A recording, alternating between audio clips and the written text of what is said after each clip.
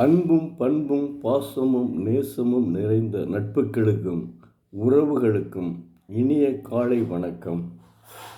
இன்றும் நாம் முன்னாள் ஜனாதிபதியும் இஸ்ரோ விஞ்ஞானியுமான டாக்டர் APJ அப்துல் கலாம் அவர்களை பற்றி பார்ப்போம். ஐரோப்பாவில் அவர்களை போன்றவர்கள் 3 வருடங்களில் முடிக்கக்கூடிய வேலையை நம் இந்திய நாட்டு மக்கள் 1 வருடத்தில் சாதித்து விட்டோம் என்று பேராசிரியர் குரியன் அவர்களுடைய வளர்ச்சியை மதிப்பீடு செய்தபோது பாராட்டினாராம். அவர் டாக்டர் APJ அப்துல் கலாம் அவர்கள் எல்லோரையும் ஒன்று கூட்டி அவர்கள் சிறிய அளவில் முன்னேற்றம்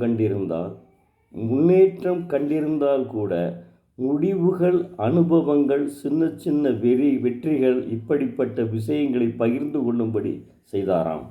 இப்போதைய SLV 4வது கட்ட வடிவமைப்பை டயமண்ட் கட்டமைப்பில் பொருந்தக்கூடிய வகையில் மாற்றி அமைத்துள்ளார்கள். 4வது கட்ட கலம் 250 கிலோ எடையுடனும் 400 மில்லிமீட்டர் விட்டமுடனும் இருந்ததை 600 கிலோ எடையுடனும் 650 மில்லிமீட்டர் வட்டம் கொண்டதாக மாற்றி அமைத்தார்கள். சுமார் 2 வருடங்கள் கருமமே கண்ணாக பாடுபட்டார்கள்.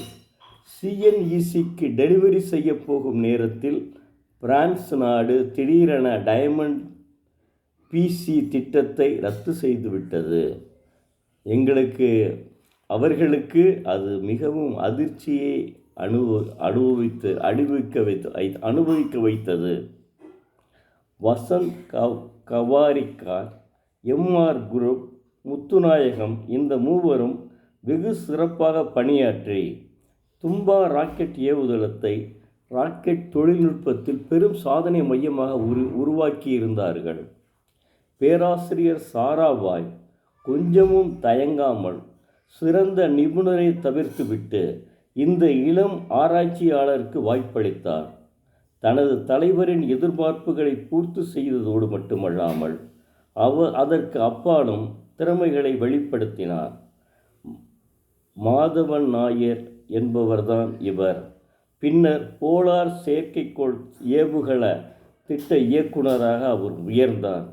மாதவன் நாயர் அவர்கள் திட்ட இயக்குநராக உயர்ந்தார்கள். மீண்டும் நாளை அவர்களை பற்றி பார்ப்போம்.